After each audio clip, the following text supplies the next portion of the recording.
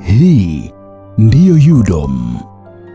Ni furaha yangu kukukaribisha katika kipindi cha Hii ndiyo UDOM, kipindi pekee ambacho kinakuletea taarifa mbalimbali, mafanikio pamoja na fursa ambazo zinapatikana ndani ya Chuo Kikuu cha Dodoma. Na leo katika kipindi chetu cha Hii ndiyo UDOM tutakwenda kuangazia kwa undani kuhusiana na fursa za masomo ya shahada za uzamili, yani postgraduate studies kwa undani wake, ambapo tutakwenda kutazama program mbalimbali za PhD, masters pamoja na postgraduate diploma, lakini pia tutakwenda kutazama pia ubora wa ufundishaji pamoja na usimamizi wa wanafunzi wa shahada za uzamili, lakini pia kwa ukubwa wake tutakwenda kutazama mfumo wa kujifunza kwa njia ya mtandao ambao unajulikana kama blended learning kwa undani wake, bila kusahau program mbalimbali, utaratibu ukoje wa kujiunga na programu hizi zote. Sasa leo tuko na wageni kutoka katika kurugenzi hii ya shahada za uzamili ndani ya Chuo Kikuu cha Dodoma.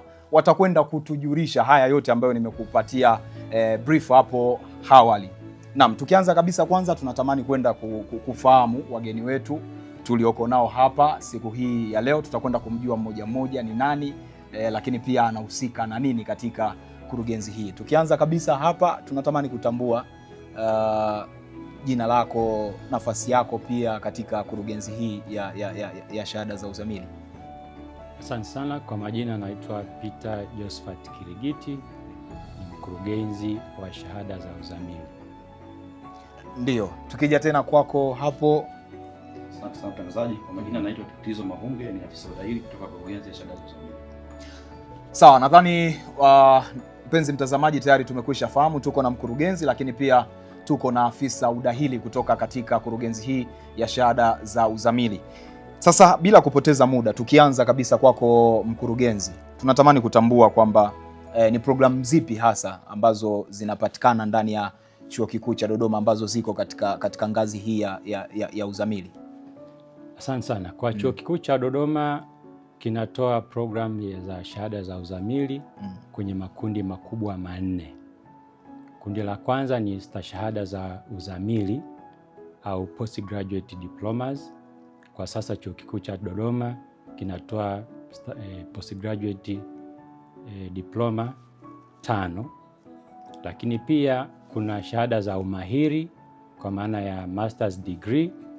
Kwa sasa Chuo Kikuu cha Dodoma na kwa mwaka 26-27 kinatarajia kutoa mafunzo kwenye aina hii ya shahada katika program 42. Lakini pia kuna shahada za uzamivu. Hizi ziko kwenye makundi makubwa mawili. Kuna shahada za uzamivu za tamrini, kwa maana ya kwamba mwanafunzi anaingia sehemu darasani na baadaye anafanya utafiti. Tunazo programu 4. Lakini pia kuna shahada za uzamivu ambayo tunasema ni PhD by thesis katika maeneo yasiyopungua 40 katika ndaki, shule kuu pamoja na taasisi. Lakini pia tuna shahada ya uzamivu baada ya uzamivu ambayo tunaita kwa lugha ya Kiingereza postdoc. Kwa hiyo kwa kifupi, haya ndio makundi makubwa ya shahada za uzamili ambazo zinatolewa na Chuo Kikuu cha Dodoma. Nikushukuru sana mkurugenzi kwa kutupatia taarifa ya hizo, kwa sababu wengi huwa wanajiuliza ni programu gani sasa huwa zinatolewa kwenye katika ngazi ya shahada za uzamili. Tukija sasa kwa upande wa masuala ya udahili, na sasa hivi ndio jambo ambalo liko mezani kwa sasa, pengine unaweza ukatujuza katika dirisha hili la udahili kwa sasa, labda ni programu gani za PhD ambazo ziko katika kufanyiwa udahili Kwa mwaka wa masomo 26-27 kwa upande wa PhD kuna programu nyingi tu. Tukianzia kuna PhD katika masuala mazima ya education, kuna masuala ya business administration, kuna masuala ya utawala, kuna masuala ya medicine, masuala ya nursing na vitu vingine kama hivyo. Kwa hiyo kwa ujumla PhD ziko za aina nyingi. Kwa inategemea na yule ambaye anataka kuomba katika eneo gani. Lakini kwa swala zima la PhD UDOM imejitahidi kukava katika kila eneo katika Tanzania na nje ya Tanzania ili tuweze kupata wale watu ambao wanaomba kwa upana zaidi. Na vipi kuhusu upande wa masters, pia programu ambazo ziko katika upande wa masters? Of course ni same applied. UDOM kama UDOM ni chuo kikubwa sana na kina programu nyingi sana. Kwa mtu yote ambaye anataka kusoma masuala ya afya, masuala ya elimu, masuala ya biashara, masuala ya utawala, masuala ya hesabu kwa maana mathematics, masuala ya biolojia, natural resources, hata masuala ya geology na masuala mengine yote yanayohusiana na masuala ya miamba, tunamkaribisha UDOM. Anaweza akapata ile eneo ambalo yeye kama yeye analihitaji. UDOM imejaribu consider kila aina ya Mtanzania na kila aina ya field katika UDOM ipo. Kwa tunawakaribisha sana waombaji wote. Tena kwako afisa udahili, tunatamani kusikia kuhusiana na postgraduate diploma, na hasa hapa huwa kunakuwa na shida sana kuelewa tu hii postgraduate diploma. Mwingine haelewi labda akitoka ngazi gani ndio anaweza akaja kuapply hii postgraduate diploma, lakini pia tunatamani kusikia ni programu gani ambazo zinapatikana katika level hii ya postgraduate diploma. Asante sana mtangazaji. Kwa upande wa postgraduate diploma na program 5. Mojawapo ni postgraduate diploma kutoka upande wa education. Nyingine zinapatikana pale College of Informatics and Virtual Education, masuala ya computer, masuala ya information system, na vitu kama vinavyohusiana na masuala ya tehama. Ziko pale program 4. Kwa kuchukua moja ya education na 4 za pale zinafanya zinakuwa jumla 5. Na kwa upande wa postgraduate diploma sio mtu ambaye ametoka form 6 au form 4 anaweza kujiunga na program, hapana. Hii lengo lake kubwa ni wale ambao wamesoma bachelor lakini wameshindwa kupata GPA ya kumpeleka masters. Anaweza kuchukua kama ni njia mojawapo ya kujiendeleza ili at least aweze kwenda masters. Lakini pia sio kwamba lazima mtu aende masters, hapana. Mtu labda ana mpango wa kusoma eneo fulani katika education labda ili aweze kaenda kufundisha. Kwa anaweza akachukua ile program ya mwaka mmoja ikampatia uzoefu wa kufundisha na ujuzi na njia mbalimbali za kuweza kufundisha, akaweza kwenda kuwa mwalimu. Kwa ujumla ni kwamba postgraduate diploma sio kwamba mtu anatoka form 6 anaweza akajiunga hiyo program, hapana. Ni yule ambaye ameshindwa kupata GPA ya kutosha kwenda masters, na pia labda mtu ambaye ana lengo lake maalum kwamba nisome mwaka mmoja katika program fulani nipate ujuzi ili naweza nikawa mtu fulani katika sehemu fulani. Sasa hapo nadhani wote tutakuwa tumepata ufafanuzi wa kutosha, lakini pia tutakuwa tuna uelewa wa kutosha kuhusiana na postgraduate diploma. Kumbe sio yule ambaye anatoka labda kidato cha 4 au anatoka form 6 anakuja. Kwa hiyo inawezekana umemaliza zako shahada yako ya awali lakini hujapata ile GPA ambayo inakuruhusu kwenda moja kwa moja kusoma masters au kwenda kusoma kitu kingine. Kwa hiyo unaweza ukaja ukasoma hii postgraduate diploma. Hebu tuambie kwa undani hii blended learning ni nini hasa? Ni mfumo gani, unakuaje, mwanafunzi anautumia vipi pia? Blended mode ni aina ya ufundishaji wa masafa ambao haumhitaji mwanafunzi kuwepo maeneo ya chuo au kuhudhuria darasani wakati wote. Kwa hiyo tunatumia mifumo hii ya kisasa ya mawasiliano kwa ajili ya kuweza kutoa mhadhara. Kwa hiyo kuna jitihada hizo ambazo zinafanyika. Kwa hiyo mtu anaweza akawa Kigoma, anaweza akawa Mwanza, anaweza akawa Dar es Salaam, lakini mwalimu yuko kwenye chumba kama hiki au chumba maalum ambacho kina vifaa kinachowezesha kutoa mhadhara na mwanafunzi akaweza kufuatilia popote pale alipo, aidha ikawa ni mbashara au hata kwa baadaye, kwa maana vipindi vikaandaliwa, ufafanuzi ukatolewa kwenye sehemu husika na mwanafunzi akawezeshwa kwa ajili ya kufuatilia na kuweza kujifunza. Kwa hiyo hii ndio tunayosema hiyo blended mode, ambayo haimhitaji wakati wote mwanafunzi kuwepo maeneo ya chuo au kuhudhuria darasani. Atakuwepo pale tu ambapo itamlazimu kufanya hivyo kutokana na aina ya somo au maelekezo ya mwalimu husika. Mkurugenzi, hiyo naona imekaa vizuri sana. Sasa kwa wewe ambaye ulikuwa unawaza pengine muda itakuwaje na majukumu na nini, blended learning hii hapa imekuja. Unaweza ukawa nyumbani au ukawa huko mbali na UDOM, lakini ukawa unaendelea kujifunza na unajiendeleza kimasomo. Kwa hiyo hii ni fursa, usiache kuitumia na inapatikana UDOM peke yake. Sasa tukirudi tena kwako mkurugenzi, pengine ni kwa program zote za uzamili ambazo zinatumia mfumo huu wa blended learning katika kujifunza, au ni baadhi tu ya program? Na kama ni baadhi, tunatamani kusikia ni program zipi ambazo zinatumia mfumo huu. Asante sana. Kama unavyofahamu, Chuo Kikuu cha Dodoma kimeanza mwaka 2007. Kilianza na program zote ambazo zilikuwa ni face to face, lakini kwa mwaka juzi Chuo Kikuu cha Dodoma kilipitia au kilifanya maboresho katika mitaala yake, ambapo shahada zote zinazotolewa za uzamili katika Chuo Kikuu cha Dodoma ziliwekwa katika mode hiyo ya blended, na mchakato unaendelea wa kupata ithibati kutoka katika mdhibiti ubora kwa maana ya Tanzania Commission for Universities. Lakini kwa sasa zipo program ambazo zinaendeshwa kwa aina hii ya blended au ya masafa. Kwa hiyo tuna program pale ndaki ya elimu angavu kwa maana ya College of Informatics and Virtual Education, lakini tuna shahada pale Masters of Engineering Management, lakini pia ya Water Resource katika College of Earth Sciences and Engineering, lakini pia tuna shahada ya elimu pamoja na shahada ya uongozi katika elimu pale kwenye College of Education. Kwa hiyo hizo ni baadhi, lakini nyingine zinaendelea kupata ithibati na tutaendelea kutoa taarifa kadri ambavyo tunazipata wajibu kutoka Tanzania Commission for Universities. Tukiendelea katika huo mfumo wa blended learning, pengine wanafunzi sasa ambao wanatumia huo mfumo katika hizo programu ambazo umezitaja, pengine wanapata msaada gani wa kitaaluma sasa katika kutumia huo mfumo? Lakini pia mmeweka usimamizi gani labda kama UDOM katika kuhakikisha ule ubora wa elimu unabaki kama ulivyo, hali ya kuwa wanafunzi wanakuwa wanajifunza kupitia mfumo huu kwa njia hii ya mtandao? Asante sana. Kwa hiyo katika kujibu hilo, chuo kina mifumo ya kuweza kuwasaidia wanafunzi katika usomaji wao. Tunayo kurugenzi inayohusika na mambo ya ICT ambayo hufanya kazi karibu kwa kufuatilia, na kila ndaki, shule, kuna taasisi tuna hao maafisa.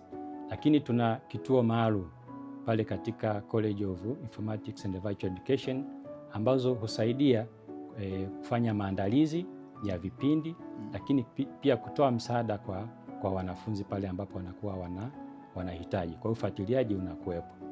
Katika kutumia aina hii ya utoaji wa elimu, ubora unazingatiwa, na ndio dhamira kubwa ya Chuo Kikuu cha Dodoma, kwa maana kwamba mhitimu atakayetolewa ambaye amehitimu katika shahada ya uzamili anakuwa na ubora ambao unatakiwa. Kwa hiyo kuna njia mbalimbali za ufuatiliaji kuanzia idarani kuhakikisha kwamba mwalimu anafuatiliwa, lakini pia tuna wataalamu ambao huangalia na kufanya tathmini ya yale maandalizi ya vipindi ambavyo vinaandaliwa katika uwasilishaji wa ufundishaji kwa njia ya blended. Lakini pia tuna tathmini kwa maana ya assessment. Mwanafunzi yote yule ambaye anasoma lazima afanyiwe tathmini, kwa maana kwamba kuna mitihani.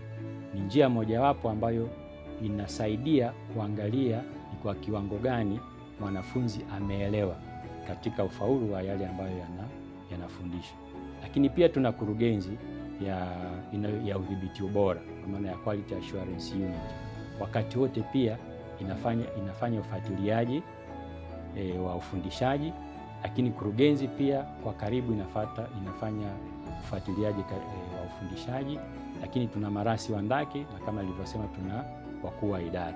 Lakini kubwa zaidi tuna wahadhiri ambao ni wabobevu, lakini pia ambao wanazingatia maadili ya kazi. Na kila mhadhiri katika Chuo Kikuu cha Dodoma anahakikisha kwamba ile elimu anayoitoa, lengo ni kuhakikisha kwamba anatoka mhitimu mwenye ubora ambaye anaweza kushindana popote pale duniani. Hili ndilo lengo kubwa. Kwa hiyo ukiunganisha nguvu zote hizi za ufuatiliaji na usimamizi na utoaji wa elimu, utaona kwamba kwa hakika tunapata mwanafunzi ambaye ana ubora unaotakiwa. Sawa mkurugenzi, naomba tumalizie kidogo hapo kuhusiana na hiyo blended learning. Sasa kwa mwanafunzi yule ambaye pengine anatamani kujiunga na programu ambazo zinaendeshwa kwa mfumo huo wa mtandao kwa maana ya blended learning, pengine kuna vitu gani ambavyo mngependa kumshauri kabla hajajiunga? La kwanza ni kama wengine tu, kujiunga ni kwa mwanafunzi yoyote yule, sio lazima we blended au wale ambao ni face to face. Lazima atafuata utaratibu wa kutuma maombi online na atakubaliwa kama ana sifa. Lakini pia tunapotangaza kwa mfano kwa mwaka wa masomo 26-27, dirisha liko wazi toka tarehe 1 mwezi Machi Kwa hiyo aina ya program ambazo tunazitoa kwa njia ya blended na face to face tumeziainisha. Kwa mwanafunzi au applicant ambaye anatamani kuja kusoma chuo kikuu cha Dodoma ataziangalia na ataziona pale, na anapofanya maombi basi anakuwa ameshajua kwamba anakuja kusoma katika face to face au blended. Tunachomshauri tu ni kwamba mwanafunzi huyu awe na discipline na afuatilie, kwa sababu anapokuwa mbali na nje ya maeneo ya chuo atatakiwa yeye mwenyewe azingatie muda na afuatilie, kwa sababu lengo sio kupata cheti, lengo ni kupata ujuzi utakaoweza kusaidia kwenda kuboresha sehemu ya kazi anayoifanya, lakini pia kutoa ushauri, lakini pia ajiandae kwa maana ya vifaa na matumizi ya kompyuta na matumizi ya internet. Kwa hiyo awe na sehemu ambayo ni nzuri, kama ni material yanatumwa aweze kuya access vizuri, lakini kama ni notes zinatumwa, kama ni slides na whatever, lakini kama kuna live maybe delivery lecturing, lakini kama ni recorded vipindi kwa maana ya notes na lecture, basi aweze kuvipata pale anapokuwa. Kwa hiyo awe na maandalizi mazuri anapokuwa anajiunga na kozi ambayo ni ya blended. Kuna utofauti wa gharama kusema labda kule kujifunza kwa njia ya kawaida ile ya kuja darasani na hii njia ya blended learning? Pengine je, kuna tofauti yoyote ya gharama labda kutokana na utofauti huu wa namna ya kujifunza na namna ya ufundishaji? Watu wasiwe na mashaka. Hakuna nyongeza ya gharama kwa wanafunzi wanaopenda kusoma kwenye blended mode. Kwa gharama ni nafuu, ni kama tu program nyingine ambazo zinaendeshwa. Kwa hiyo hakuna utofauti wa gharama. Sawa, nikushukuru sana mkurugenzi kwa ajili ya ufafanuzi huo wa kutosha kabisa kuhusiana na blended learning. Sasa tukija hapo kwa hawa ambao wanatuma maombi sasa. Je, ni vigezo gani vya msingi au vitu gani vya msingi na vya muhimu ambavyo huwa mnavizingatia kabla ya mwombaji hajatuma maombi? Kwa upande wa postgraduate diploma, ili mtu aweze kudailiwa kwenye hizo program, anatakiwa awe na GPA at least 2 and above. Kwa mtu kwa GPA 2 unaruhusiwa kusoma postgraduate diploma katika chuo cha Dodoma. Kwa upande wa masters, hapa pia kuna issue mbili ambazo za kuconsider. Na hizi programs ambazo zinatolewa katika vyuo vingine ukiachana na School of Medicine, hizi tunachukua GPA kuanzia 2.7 ya undergraduate. Lakini kwa upande wa programs zote zinazotolewa hapa School of Medicine, kwa mfano Master of Medicine Internal Medicine, Master of Medicine Psychiatry, Master of Medicine in Pediatrics, hizi tunachukua 2.7 plus muombaji anatakiwa awe na grade B katika ile somo ambalo anataka kwenda kuisomea. Kwa mfano mtu anataka asome internal medicine, tutaangalia kwamba sawa ana 2.7 GPA. Lakini hii pekee yake haitoshi. Tunaangalia pia kigezo cha ziada kwamba angalau anatakiwa awe na B katika ile somo la internal medicine. Hapo ndio ataweza kupata udahili katika programu husika. Lakini ukiacha programu nyingine zote tunachukua ni 2.7.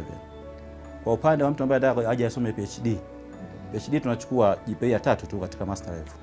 Kwa watu wote ambao wenye GPA kuanzia 23 na kuendelea tunawakaribisha waje wasome PhD. Sawa, tukimalizia kabisa hapo mwisho kuhusiana na mambo ya udahili. Pengine sasa utaratibu ukoje wa kutuma maombi au wa kufanya maombi kuanzia hatua ya kwanza mpaka ile hatua ya mwisho? Of course kwa uzuri zaidi ni kwamba applications zetu zote zipo online. Mhitaji mtu kuja Udom moja kwa moja kuja kufanya application, hapana. Au mhitaji mtu ajaze form alafu azitume posta kama ilivyokuwa zamani ili apate udahili, hapana. Simple ni kwamba una apply online na unaingia kwenye website ya Udom, unakutana na tangazo ambalo liko pale, au unaweza kuingia moja kwa moja kwenye kiunganishi cha udahili ambacho ni https://application.udom.ac.tz. Ukiingia hapo utapata maelezo yote jinsi ya kufanya application Udom. Na of course kwa Udom kuna procedure kama 6 ambazo ni rahisi kabisa, mtu akizifuata hizo kwa uangalifu haimchukui hata dakika 5 anakuwa amemaliza application yake. Hatua ya kwanza unatakiwa ucreate account, ambao ukiingia kwenye website ya chuo pale kuna sehemu kabisa imeandikwa online application. Ukibonyeza pale inakuja page ya application ambayo ina kila kitu pale, inakuelezea jinsi ya create account na vitu vingine kama hivyo. Muombaji akisha create account anatakiwa ajaze personal information. Akishajaza personal information kwa usahihi zaidi, hapa anasisitiza muombaji ajaze kila kitu kinachotakiwa kwenye mfumo. Akiacha kujaza sehemu moja tu, hatua ya pili hataweza kwenda.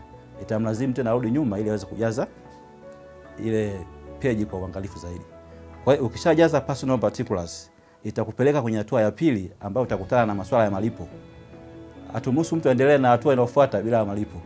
Kwa hiyo pale sasa utakutana na sehemu ambayo imeandikwa kuna control number, utakliki pale kuweza kupata control number kwa ajili ya kulipia. Na application yetu ni shilingi 50,000 tu kwa hela za Tanzania. Watu wanakaribisha sana user ku apply. Akishafanya malipo pale ndio itamruhusu kwenda hatua inayofuata sasa. Ambako pale sasa ndio utakutana na sehemu ya kujaza details za form 4 na details za form 6. Hatukuhitaji attach certificate yako, hapana. Mfumo wetu umekuwa rahisi sana, utatujazia tu namba ya form 4 na namba ya form 6, alafu mfumo kama mfumo utafanya kuvuta matokeo yako kutoka NECTA. Kwa hiyo pale tumefanya hivi ili kuondoa makosa ambayo kipindi cha nyuma waombaji walikuwa wanaweka pale. Kwa mfano mtu anaweza kuweka namba ambayo sio ya kwake. Kwa hiyo ukifanya kuvuta matokeo kama umeweka namba ambayo sio ya kwako, mfumo utakataa. Kwa hiyo pia inatusaidia sisi kama chuo kupunguza haya makosa ambayo mara nyingi yalikuwa yanatokea.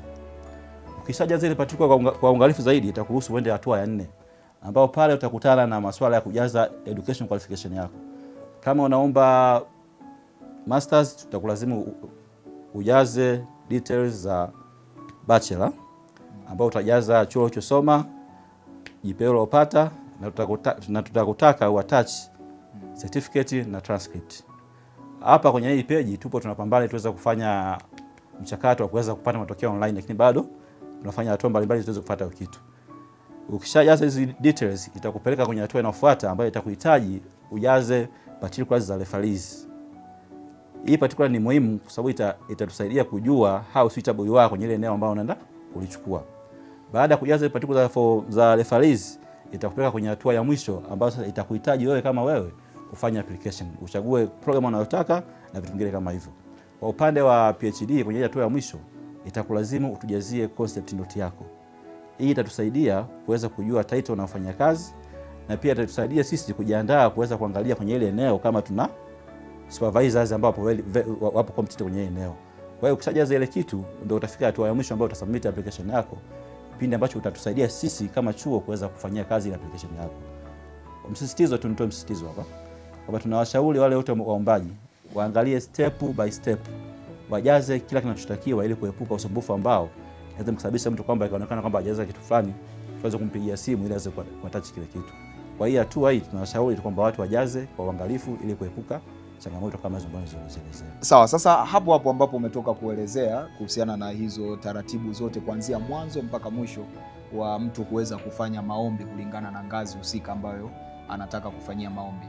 Tunatamani kusikia kuna wale wanafunzi ambao amemaliza labda UDOM au amemaliza labda chuo chochote, lakini ana mkononi mwake ana ile kitu inaitwa provisional results wanasema. Hajapata transcript lakini pia hana cheti. Pengine akitaka kuunga moja kwa moja masters, je, anaruhusiwa kutumia hii provisional kwa ajili ya kuweza kujiunga na masters moja kwa moja au itabidi asubiri? Kwa wanafunzi wenye kesi kama hizo, UDOM imewapa dirisha la kuweza kufanya udahili.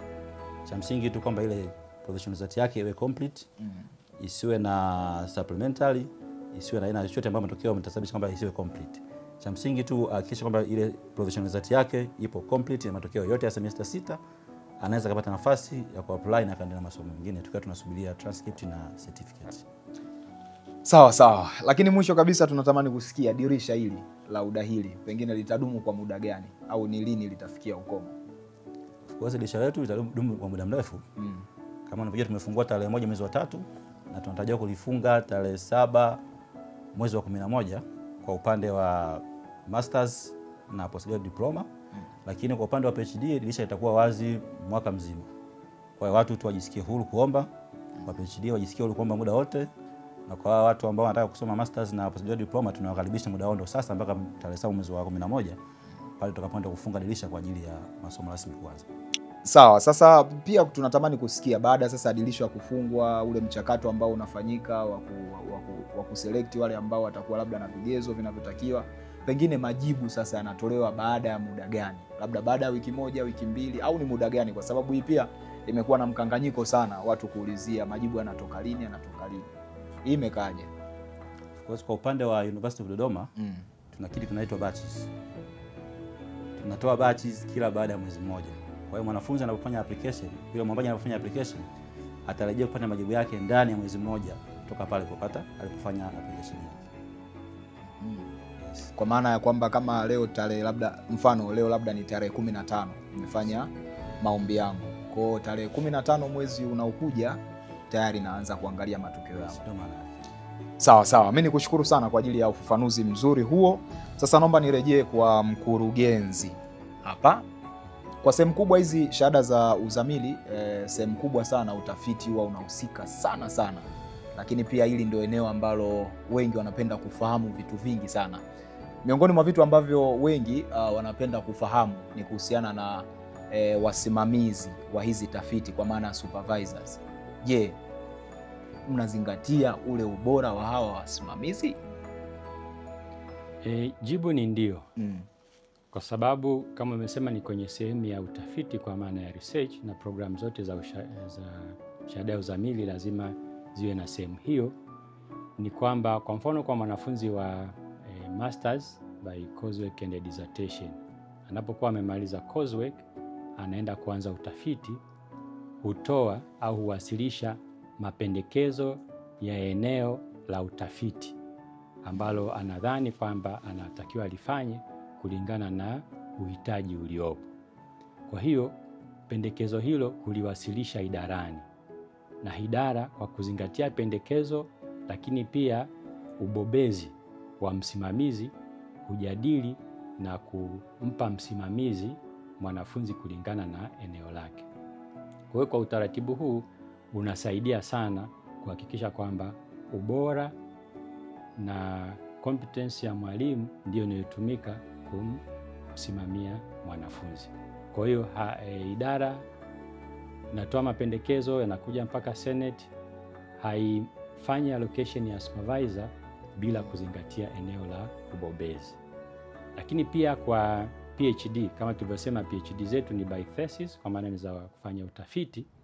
Mwanafunzi anapotuma maombi au mwombaji anapowasilisha maombi yake ya udahili, basi huwasilisha au huambatanisha na lile eneo ambalo anatakiwa alifanyie utafiti, kama alivyosema afisa udahili. Ni kutokana na eneo hilo ambalo anakusudia kulifanya, basi mchakato wa kutoa barua ya udahili kwa maana ya admission letter, ikiwa amefikia vigezo, basi huangalia uwepo wa msimamizi katika eneo husika, na ndiyo konsepti hasa ya mwombaji wa shahada ya uzamivu kutakiwa kuambatanisha lile andiko lake fupi kuhusu eneo la utafiti. Kwa hiyo unapokuwa na uhakika kwamba idara au chuo kina msimamizi ambaye ni anaweledi katika eneo lililopendekezwa na mwanafunzi, basi hapo ndio hupewa admission letter. Kwa kama ulivyouliza, ile eneo linazingatiwa na hakuna mwanafunzi ambaye anapewa msimamizi wakati sio mbobezi katika eneo hilo. Mkurugenzi, tukiunga hapo, kuna changamoto ambayo wanakutana nayo hawa wanafunzi wa shahada za uzamili hususan katika kuchelewa kwa usimamizi au kuchelewa kwa ule usimamizi wa zile tafiti zao. Sasa UDOM mmejipanga vipi kuhakikisha wanafunzi hawa wanasimamiwa kwa wakati, lakini pia na kwa ufanisi? Nashukuru ndugu mtangazaji. Katika hili eneo kuna maeneo mawili au matatu ya kuzingatia. Unaposema utafiti, maana yake ni unawasilisha andiko lako ambalo msimamizi wako naye anatakiwa alipitie, alione liko sawa, lakini akusaidie katika kulifanya vizuri. Lakini pia kuna upande wa mwanafunzi. Kumbuka kwamba mwanafunzi ndiye anayesoma. Kwa hiyo anatakiwa afanye utafiti katika ile eneo hilo, na baada ya hapo apate ujuzi na awe mbobezi. Lakini jambo la tatu, kuna mambo yanayohusu kanuni. Kuna miongozo mingine ambayo tunaizingatia kulingana na mwongozo wa Tanzania Commission for Universities, lakini pia tuna miongozo ya chuo ambayo inasimamia utoaji wa elimu ya shahada ya uzamili. Kwa ukiangalia haya mambo yote matatu kwa ujumla wake, ndiyo kupelekea hiki ambacho kinasemwa kwamba kuna ucheleweshaji. Lakini kwa kuliangalia hilo, Chuo Kikuu cha Dodoma kinachukua hatua mbalimbali. Kuhusu wasimamizi, Chuo Kikuu cha Dodoma huendesha semina na warsha mbalimbali na hutoa msisitizo juu ya usimamizi wa wanafunzi kwa maana wasimamizi kujitahidi kusoma kadri ya kwa wakati kulingana na miongozo. Na kwa sasa hivi kanuni zinazosimamia utoaji wa shahada za uzamili hasa kwenye upande wa utafiti zimeweka ukomo wa muda ambao msimamizi anatakiwa amefanya mawasiliano na mwanafunzi.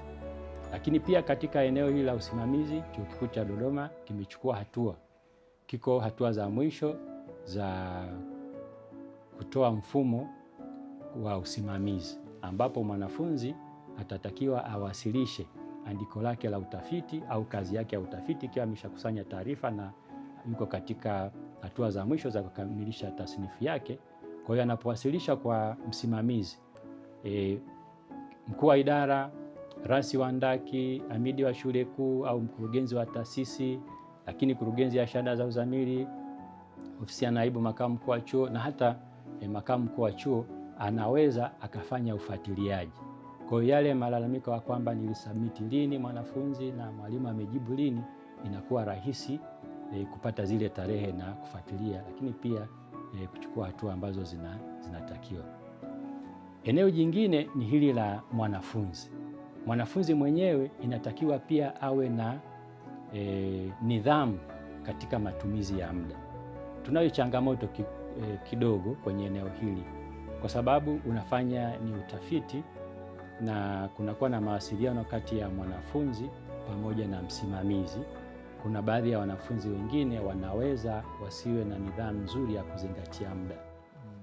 Kwa hiyo anawasilisha andiko au anasema nitawasilisha baada ya mwezi mmoja au miezi miwili, kumbe muda unaenda. Nakumbuka katika hizi programu zina muda maalum, muda wa kawaida na muda wa nyongeza. Kwa mfano tuna programu za shahada za uzamili za miezi 18. Miezi 18 manake mwanafunzi anatakiwa amekamilisha ndani ya muda huu. Kwa hiyo mwanafunzi anawezaje kuzingatia nidhamu ya kusoma kwa bidii lakini kufanya, kwa sababu kazi kubwa anaifanya ni wanafunzi. Kwa hiyo anapotengeneza lile andiko lake na kusimamisha kwa kuwasilisha kwa msimamizi.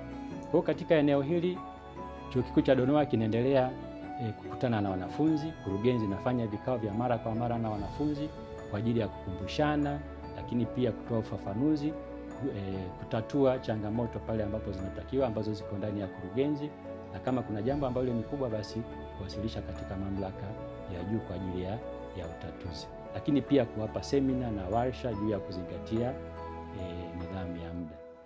Jambo jingine ambalo pia natakiwa lionekane ni ishu ya kikanuni. Kwa mfano tume ya vyuo vikuu imetoa mwongozo ambao pia Chuo Kikuu cha Dodoma ni lazima kifate na kimefanya maboresho katika kanuni zake zinazosimamia mafunzo ya shahada za uzamili, kwamba ni lazima kwa mfano kuwe na defense, kuwe na viva vote, kuwe na proposal presentation. Huyu mwanafunzi lazima afanye presentation kadhaa. Kwa hiyo hizi zote ni mlolongo ambao unamtaka mwanafunzi afanye. Kwa hiyo kwa namna moja nyingine, kama nilivyosema, kusipokuwa na uzingativu mzuri wa muda inaweza ikapelekea mwanafunzi akachelewa. Lakini katika kulizingatiwa, kama nilivyosema hapo awali, Chuo Kikuu cha Dodoma kimeweka mkazo na kimetoa maelekezo na kinafuatilia usimamizi huu uanzie ngazi ya chini kwa mkuu wa idara, lakini pia kwa rasi wa ndaki, amidi wa shule kuu au mkurugenzi wa taasisi. Kurugenzi pia inafuatilia kwa ukaribu, na kama nilivyosema, kila kota, kila robo ya mwaka, basi kurugenzi kuchukua na uwasilisha katika vikao vinavyohusika maendeleo ya kila mwanafunzi. Kwa hiyo huwa tunataka kujua sababu. Kitokea kwamba tunaona kwamba kuna mwanafunzi amechelewa kidogo katika ule muda wake ambao unatakiwa malize, basi huwa tunatafuta sababu, ni sababu gani ambazo zimesababisha mwanafunzi kuchelewa. Kwa hiyo inapotokea kwamba sababu imefahamika, basi chuo huchukua hatua mbalimbali. Nyingine unaweza kukuta ni changamoto za kifamilia ambazo ziko upande wa wanafunzi, nyingine unaweza kukuta ni changamoto za kifedha, nyingine unaweza kukuta labda ni changamoto za kupata vibali, nyingine unaweza kupata ni changamoto za kimifumo. Kwa hiyo hizi zote chuo huwa zinaangalia na inajitahidi kuweza kutatua. lakini kama nilivyosema, ule mfumo ambao unakuja wa ufuatiliaji pia utasaidia kwa ajili ya kuangalia namna gani mawasiliano kati ya supervisor pamoja na mwanafunzi anaendelea. Lakini katika hili tunasisitiza sana ile nidhamu, lakini pia mwanafunzi apange vizuri ule muda wake, kwa sababu kuna muda pia wa assessment. Kazi hii lazima pia itahiniwe. Kwa mfano PhD lazima itahiniwe na watahini 3, kwa masters lazima itahiniwe na watahini 2. Kwa ukiangalia huu wote ni mchakato. Ndio maana hizi sababu zote za ucheleweshaji nimeziweka katika hayo makundi 3 ambayo kwa pamoja chuo kinayaangalia na kinayafuatilia kwa ukaribu kuhakikisha kwamba basi ule graduation rate inakuwa ya kuridhisha na kunakuwa hakuna ucheleweshaji. Lakini pia katika hilo chuo kimechukua hatua nyingine, kimefanya maboresho katika kanuni zake. Kwa hiyo kuna baadhi ya maamuzi ambayo yanafanyika katika ngazi za chini ambayo baadaye huwa yanakuja kutolewa taarifa katika vikao vya juu mpaka seneti ya chuo.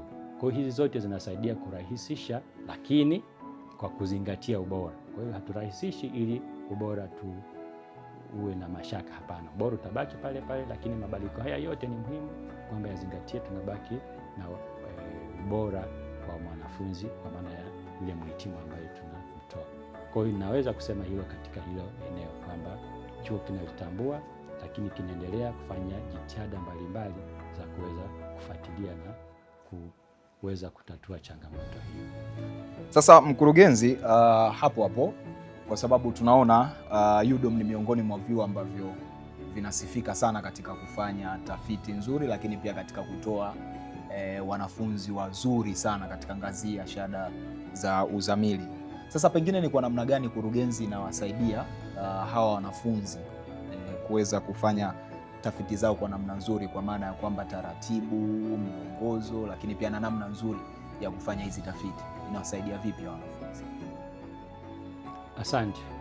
Kama nilivyosema hapo awali, mwanafunzi anatoa pendekezo lake la utafiti, litajadiliwa idarani, lakini pia chuo kina mwongozo wa ufanyaji wa utafiti ambao kwa maana ya research agenda, kwamba ni mambo gani ambayo ni ya kinchi au ambayo ni ya kidunia yanahitaji kupewa kipaumbele katika tafiti.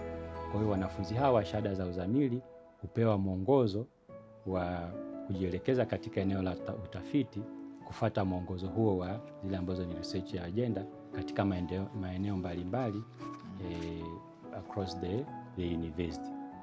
Research hizi agenda na mapendekezo ya utafiti ambayo hutolewa na wanafunzi huongozwa vizuri na walimu wabobezi ambao tunakuwa nao.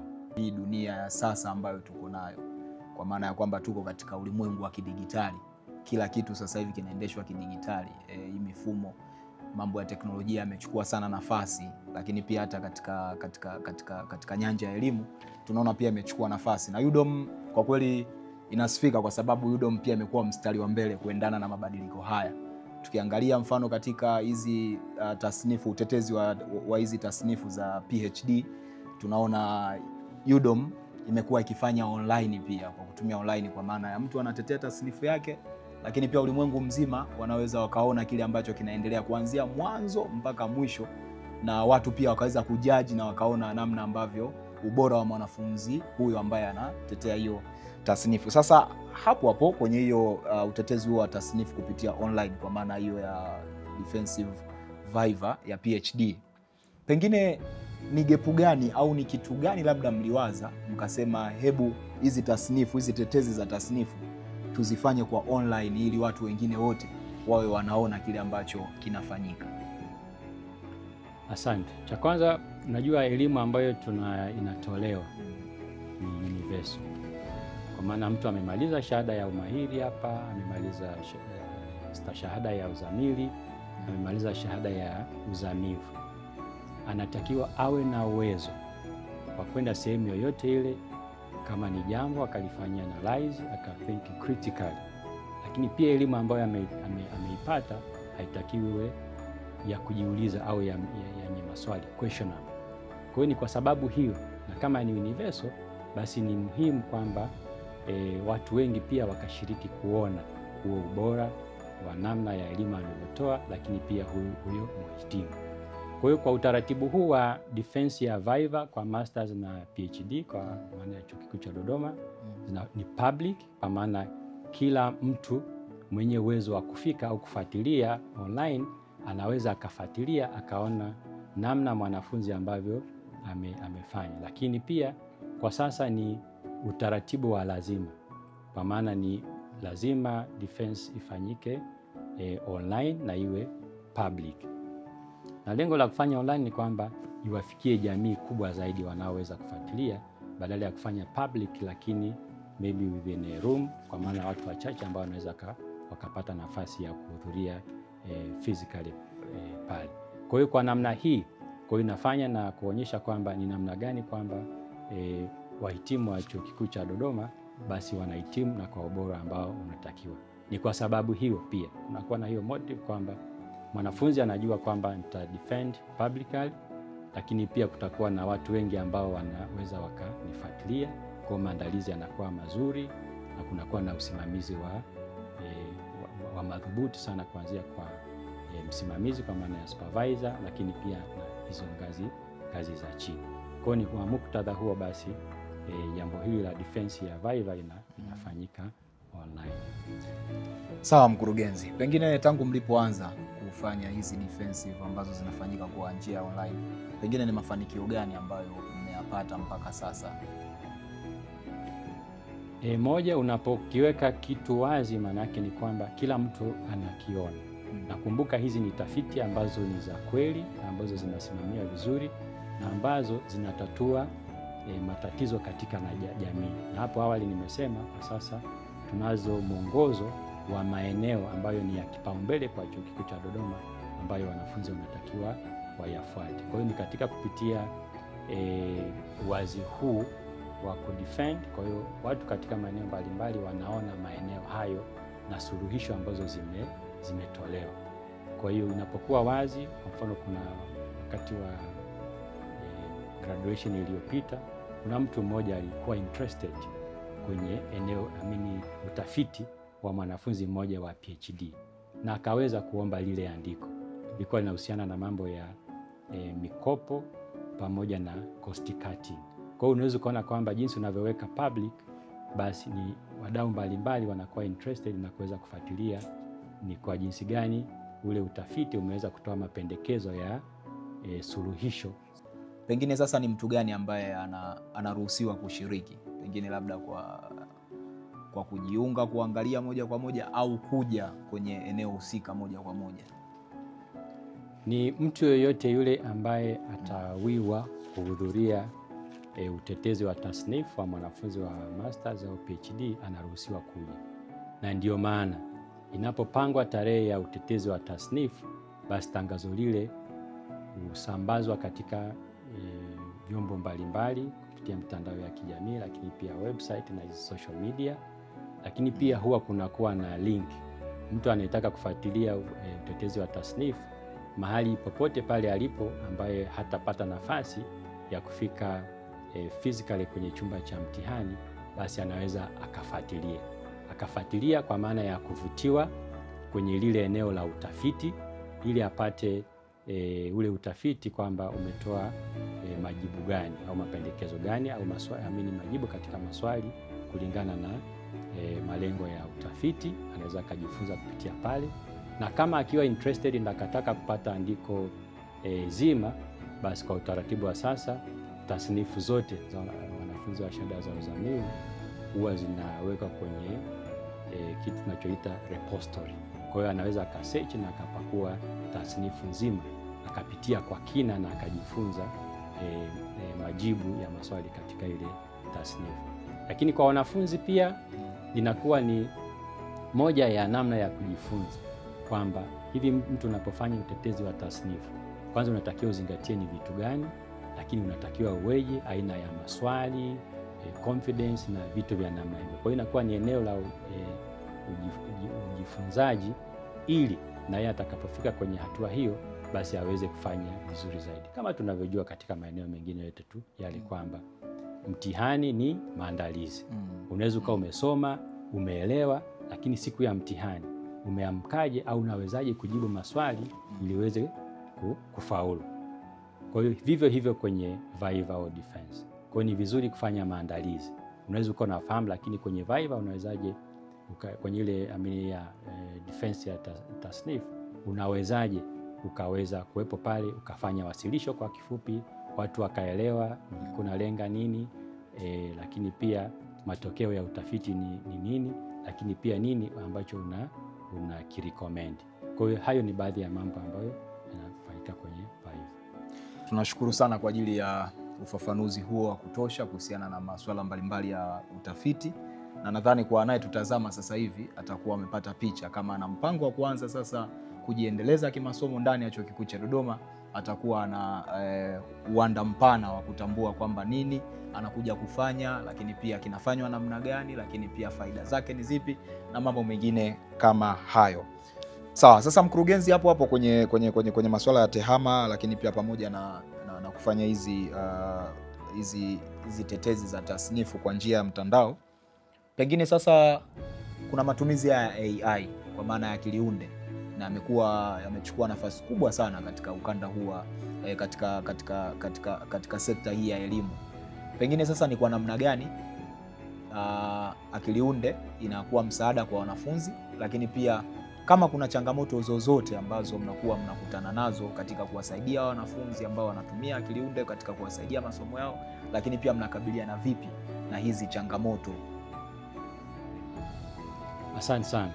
Matumizi ya AI yana hizo pande mbili kama ulivyosema.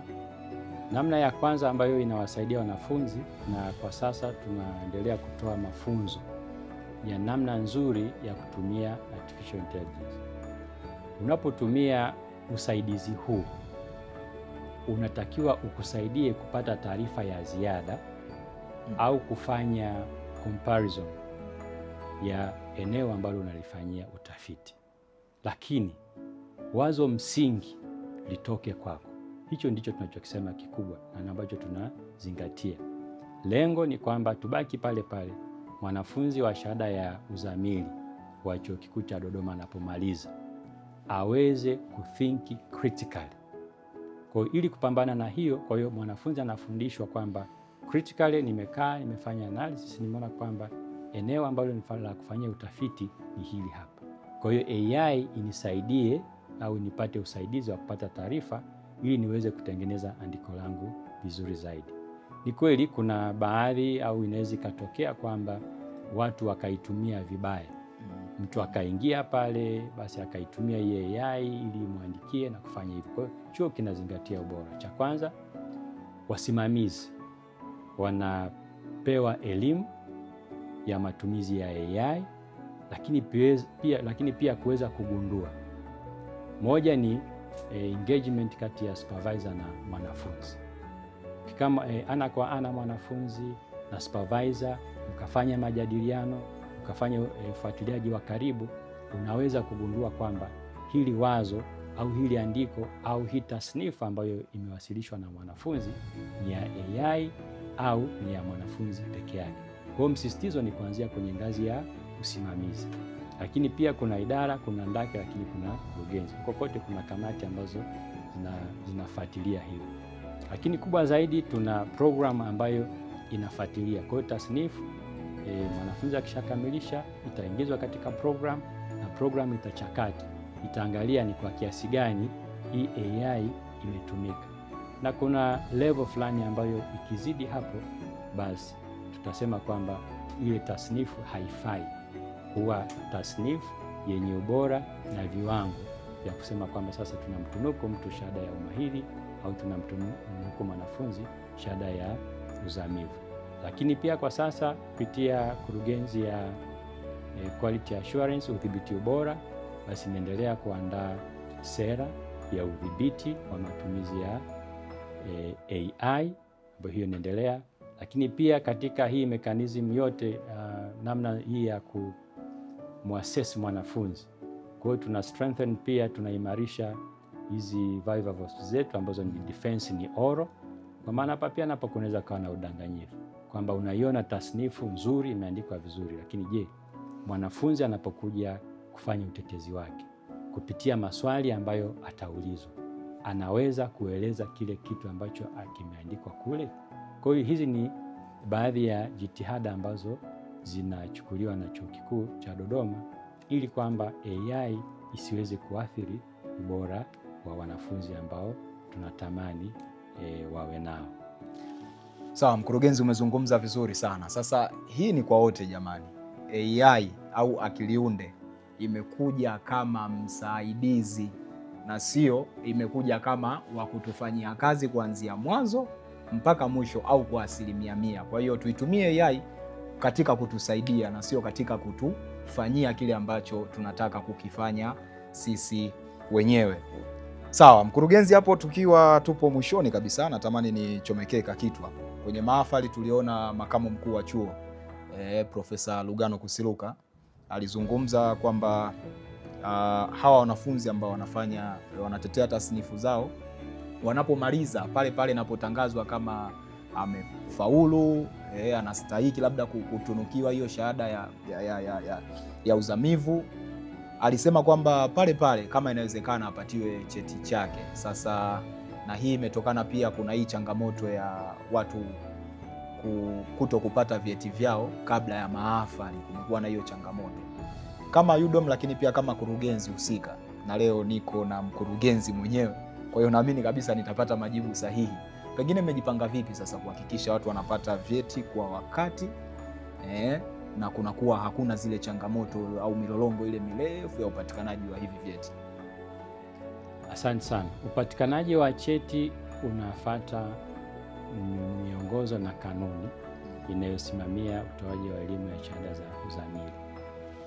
Kwa shahada za umahiri ambazo kwetu nyingi zina coursework part na utafiti kwa maana ya research.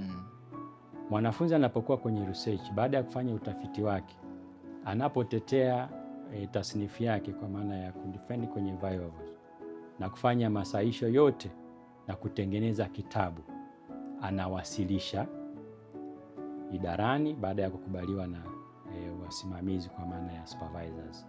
Baada ya hapo utaratibu hufuatwa.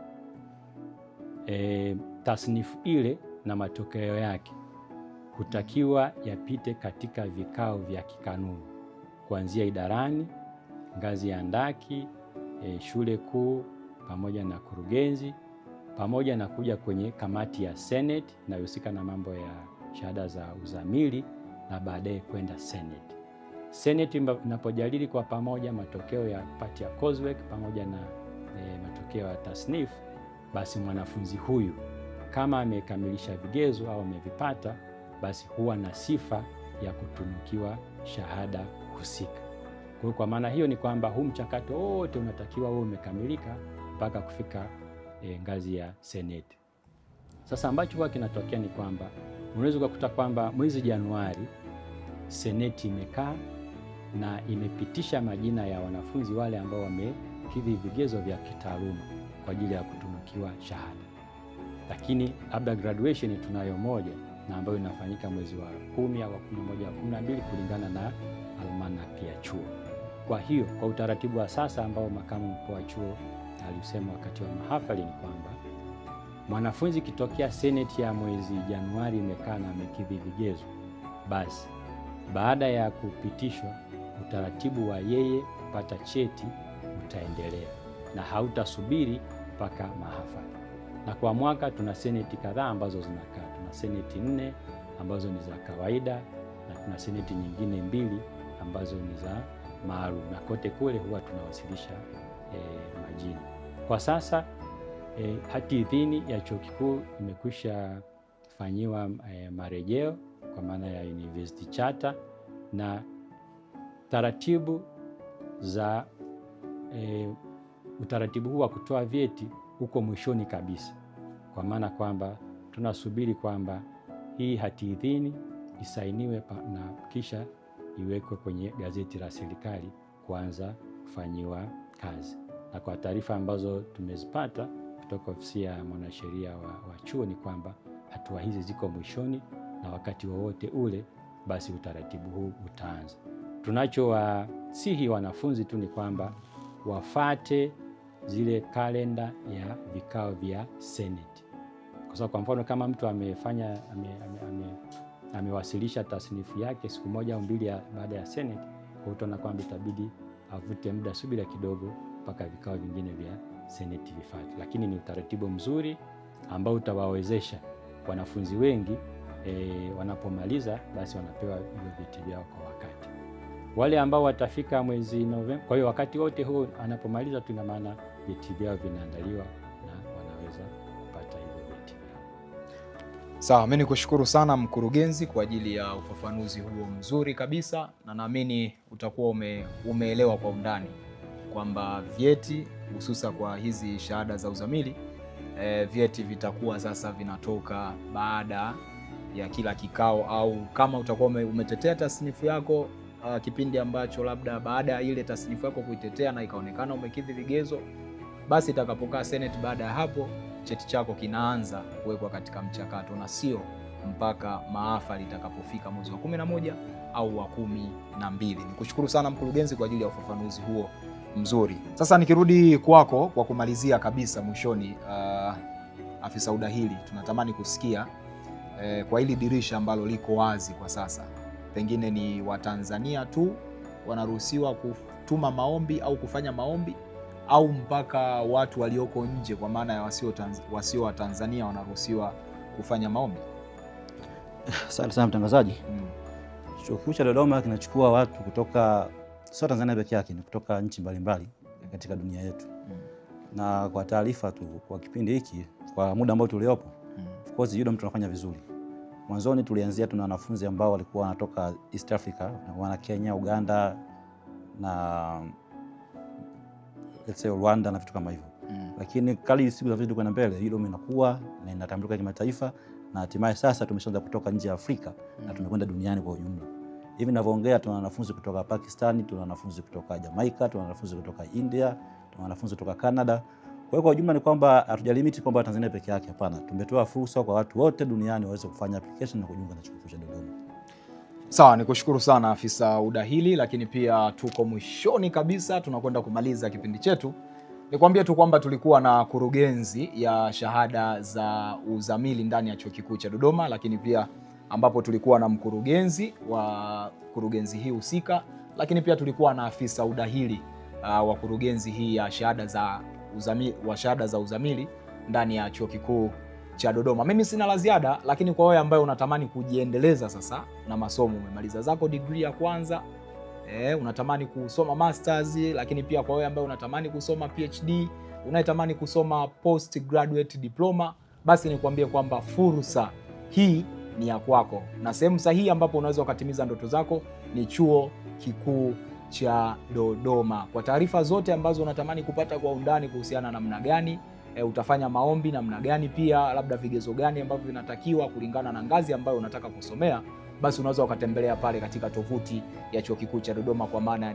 www.udom.ac.tz. Langu jina ni Robert Mauya, ulikuwa nami kuanzia mwanzo mpaka mwisho wa kipindi hiki, na hii ndio UDOM. Hii ndiyo UDOM. UDOM, embracing knowledge.